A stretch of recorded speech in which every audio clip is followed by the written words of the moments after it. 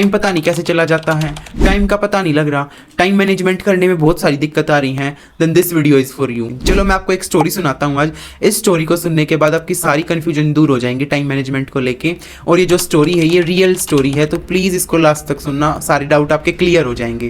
When I was in class 12th and my elder brother is preparing for army, वो दिन की बहुत ज़्यादा रेस मारता था और थक हार के आने के बाद घर पे आता था और बताता था कि आज हमने 15 किलोमीटर दौड़े, आज हम 21 किलोमीटर दौड़े। लेकिन जो उसकी एक्चुअल रेस थी, मतलब जो फिजिकल वाले दिन होने वाली थी, वो उसकी 1600 मीटर की थी। कहता था कि आज हमने 15 किलोमीटर 1 घंटे में कवर किया, आज हमने 20 किलोमीटर 1.5 घंटे में कवर किया। तो मैं सोचता था कि क्या ये बेवकूफ़ हैं जो मतलब इनको भागना सिर्फ 1600 मीटर है, तो फिर ये 15 किलोमीटर 20 किलोमीटर क्यों भाग रहे हैं। लेकिन फिजिकल डे वाले दिन सिर्फ आपको 1600 मीटर भागना है 5 मिनट्स और 20 सेकंड्स में। तो मैं सोचता था कि ये इतनी ज़्यादा क्यों भाग रहे हैं और इतना ज़्यादा टाइम क्यों ले रहे हैं, मतलब सिर्फ ये 520 मिनट्स में 1600 मीटर के लिए क्यों प्रिपेयर नहीं कर रहे हैं, 15 20 किलोमीटर क्यों दौड़ रहे हैं। पर ऐसा नहीं है। अगर एकदम से आप अपनी बॉडी को स्ट्रेच पे लेके जाओगे, मतलब आप कुछ नहीं कर रहे हो और एकदम से आप अपनी बॉडी को एक्सट्रीम लेवल पे आप उसको स्ट्रेन देने लग जाओगे, तो आपकी बॉडी एक दिन काम करेगी लेकिन दूसरे दिन वो काम नहीं कर सकती। इसलिए ये स्टेमिना बनाने के लिए अपने अंदर 15 20 किलोमीटर भागते थे, फिर ये 520 मिनट्स के अंदर 1600 मीटर को पार कर सके।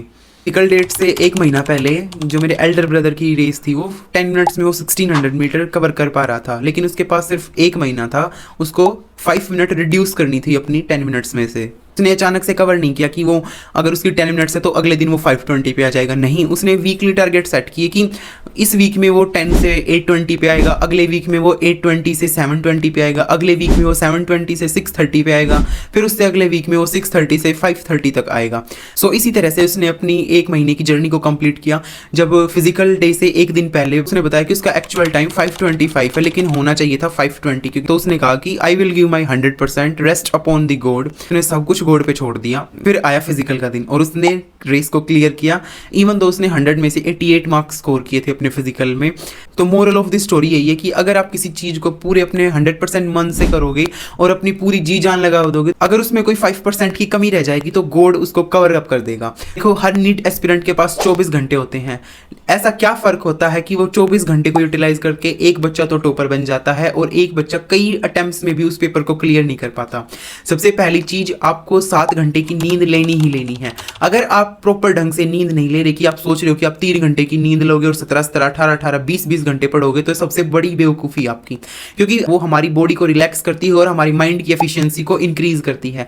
तो इसीलिए हर स्टूडेंट को, चाहे वो ड्रॉपर है, 11th में हो, 12th में हो, नीट की प्रिपरेशन कर रहा है, तो 7 आवर्स की नींद जरूर लीजिए। 7 आवर्स दी आपने अपनी कोचिंग्स को, चाहे आपकी ऑनलाइन कोचिंग हो चाहे आपकी ऑफलाइन कोचिंग हो, आपको 7 आवर्स से ज़्यादा टाइम तो कोचिंग्स में लगाना ही नहीं है, क्योंकि कोचिंग सिलेक्शन नहीं करा, आपकी सेल्फ स्टडी और आपका रिवीजन सिलेक्शन कराता है। तक आप 24 आवर्स में से 14 आवर्स ले चुके हो, तो आपके पास 10 आवर्स अभी भी हैं। 3 आवर्स हमने निकाल दिया आपके खाना खाने के, नहाने के, धोने के या फिर किसी से बात करने के, तब भी आपके पास 7 आवर्स हैं। 7 आवर्स में प्लीज़ 1 आवर तो प्लीज़ विगरस एक्सरसाइज कीजिए, क्योंकि मेंटली और फिजिकल हेल्थ दोनों एक साथ अटैच होती हैं कहीं ना कहीं।